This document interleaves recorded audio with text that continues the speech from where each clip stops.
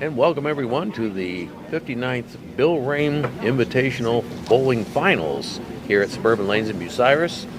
Alongside me are Bill Hansen and Bill Rahm Jr. And we're looking forward to a great finals, and I'll have them recap that for you. And after I read a few of our credits, Jim and Jeremy Letter at Jim's Letter's Body Shop, J&F Construction, Roger Brown at Winks Lock, Safe, and A&E Fire Equipment, and Kim Stamper at Lulu's Kitchen in Marion Road. And so we are underway here.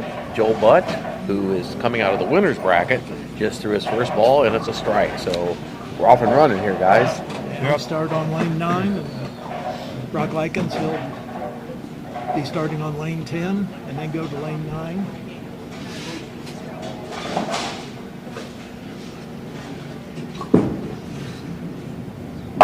And Brock starts off with They both started with a strike. Yeah, and we might remind people, Brock was the runner-up last year to Mike Lear. Yeah. And he's back in the tournament coming out of the loser's bracket again. And Joel Butt making his first appearance in the finals. Yeah. Brock bowled as many matches as he that's allowable because he lost opening day and come all the way back. Wow, yeah. That can be a grind. But he's young. Him and Joel went through the winner's bracket until they met last Sunday. Okay.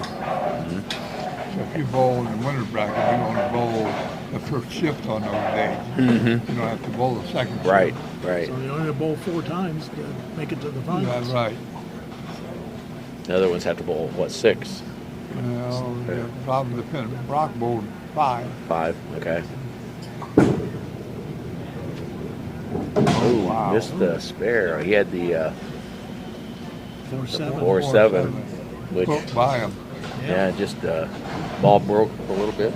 They're probably still, even though they had some warm-ups, still adjusting to the lanes and how they break.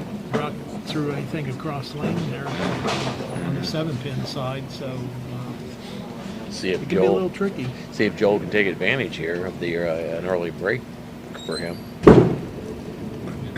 And left the 10-pin solid. He knew as soon as he threw that ball, it was going to be a 10-pin. Yeah. Yeah, he kind of hung his head and turned around, didn't he? Yeah. Didn't even watch it go into the pocket. So, well, when you bowl as much as these guys do, you probably get a pretty good feel for Yeah. what's going on.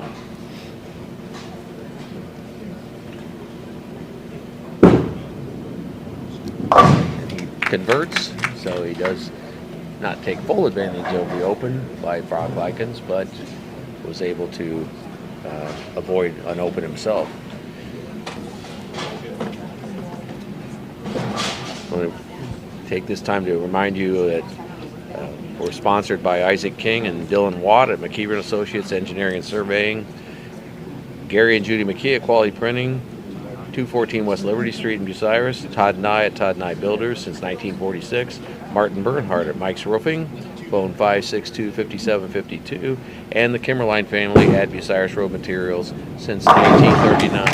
And Joel Butt follows up his third frame with another strike. So strike, spare, strike. Yeah. And Joel was using 2 different balls. Yeah. Different ball on lane 9 each lane, versus lane 10. Okay. It's funny how they can get that feel for that. Yeah. That a different ball reacts differently to a different lane. And when he was practicing, he was changing things up. Brock leaves the 4-pin. It just a little high in the pocket there, Yeah, wasn't it? just a little. Yeah. Not quite A enough little to, nosy there. yeah, not quite enough to carry that 4 out of there.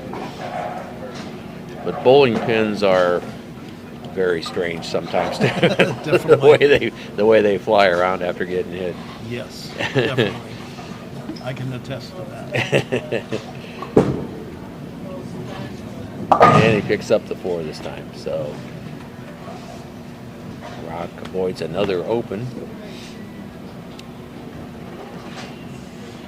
But it's early yet, so Well, right now he's down 14 pins. Yeah.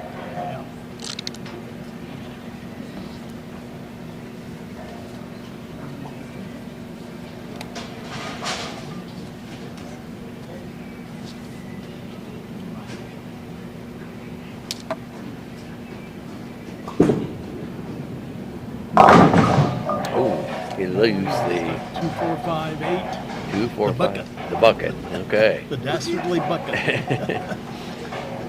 It can be a little tricky too. Yes. Yeah. You can Convert. chop off. Especially if you go to the Brooklyn side of that. Yeah. Well, it's easy to leave the 8-pin. Mm-hmm. You got about have the ball driving straight through. Well, there's the other part. You go you two, leave the two 5-pin. straight, then you leave a 5-pin. Yep. Right. Wow. So another open for Brock Lykens here. That it's not necessarily a good thing for him. Puts the pressure on and you know, pretty much kicks the door open for Joel Yeah. to take advantage of this.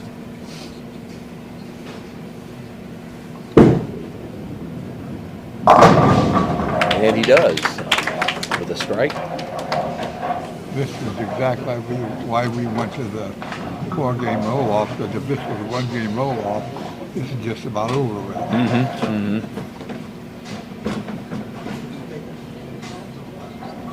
He's going to be down 49 pins with a half a game to go. Yeah. Right. If this was a roll-off game. If this you're is a saying. roll-off game, yeah. Sure. Joel back over on lane 9, switching balls, as you mentioned, Bill.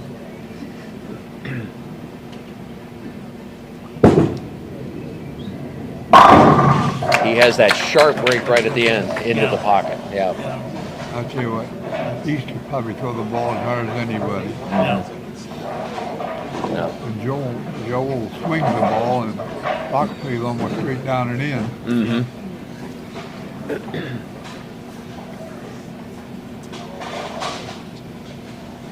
Both of them big guys too. Yeah. Yeah. We get a lot of hand balls, they say. And Brock recovers with a strike there. His is more of a gradual break, whereas Joel's breaks sharply at the end. Joel swings the ball out to about 7 boards. Bach stays in around 9 or 10 and just goes straight down. Mm-hmm.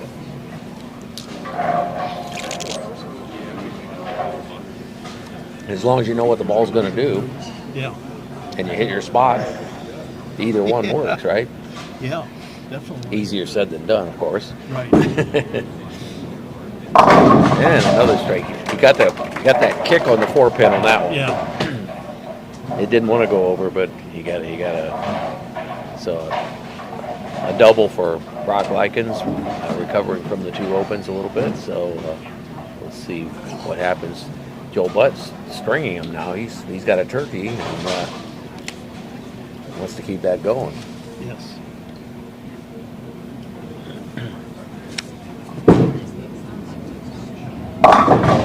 Oops, a little high on the head He pin. got that inside Yeah, a little he did. farther than what he almost- had been on lane 10. He almost went to the Brooklyn side there. It was Yeah. so high up on that head pin. Yeah.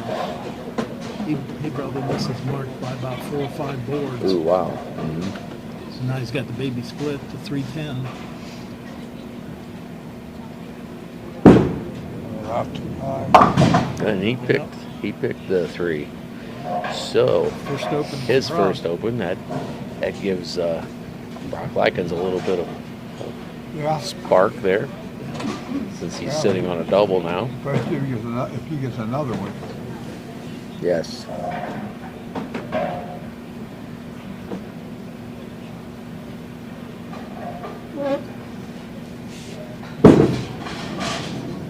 And Joe Butt recovers with a strike. So let's see if Brock Lykens can keep his momentum going here.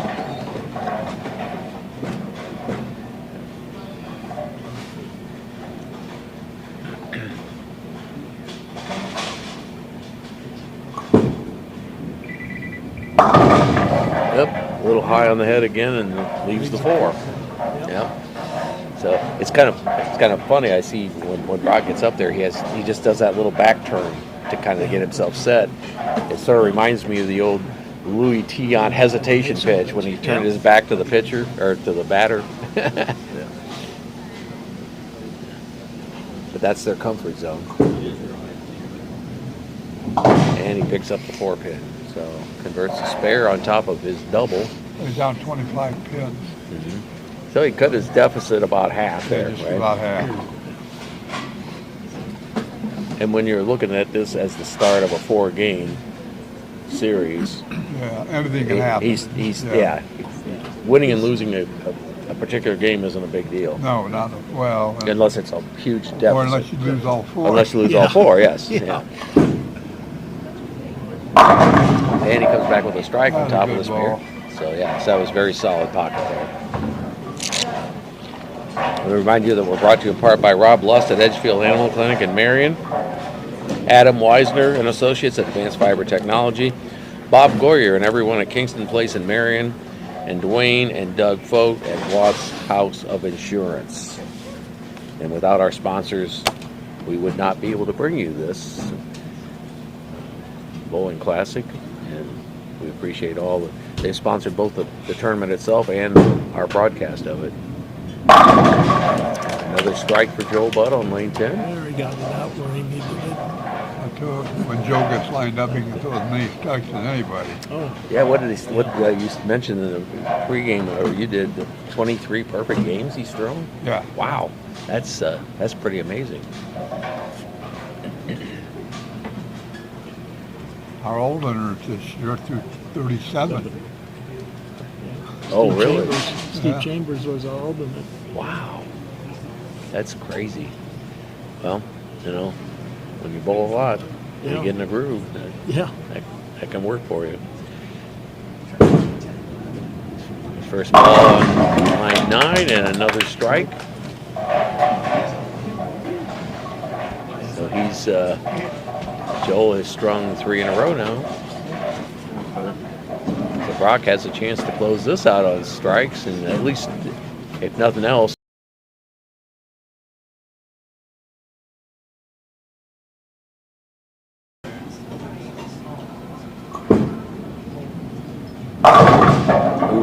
we avoided a split there. Yeah. Got the Almost left kick. the 5-7. Got the kick on the 5, yeah. So has the 7-pin left here for a spare.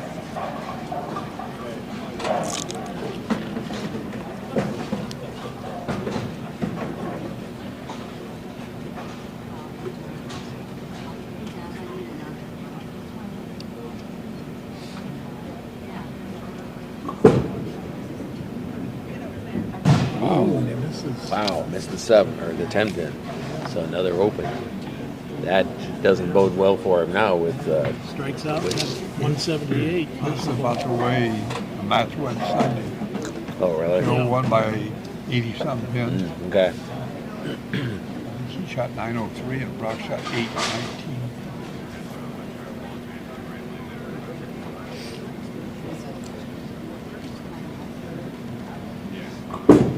Oh, So we got that out. Okay. Well, well, that was going to go. Yeah. I was gonna say it could have been worse. It could have been worse. He left the 2-5. Yeah. Is that right? 2-5, and kind of an odd 2 pins to lead Yeah. by themselves, Yeah. isn't it? So Yeah. don't see that Head often. pin just kicked right around Yeah. and took out the 4-7.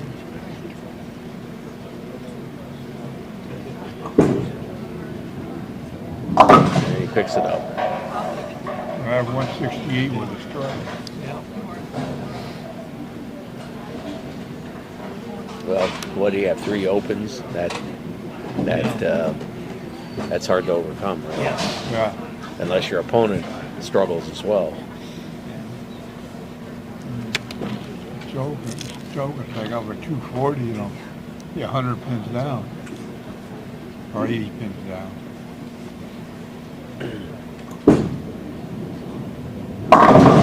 And a strike, so Brock Lykens 168. does start out with a 168. Problem is, Joel could end up with a 216, 246. 246. Wow.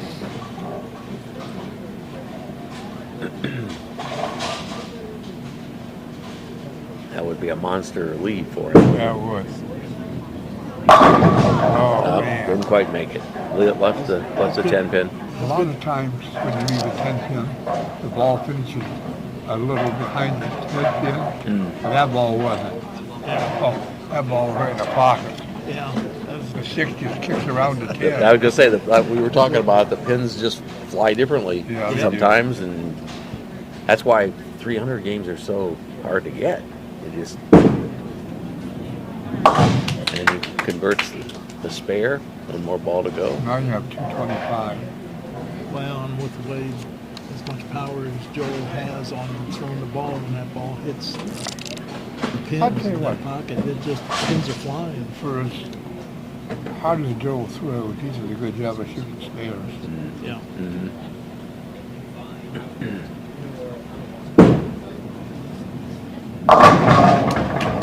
And he finishes with a strike. So, first game is complete. 225 to 168. Yeah. So a 57 pin lead. Yeah. So I'll have some catching up to do, and we'll be back with game 2 shortly.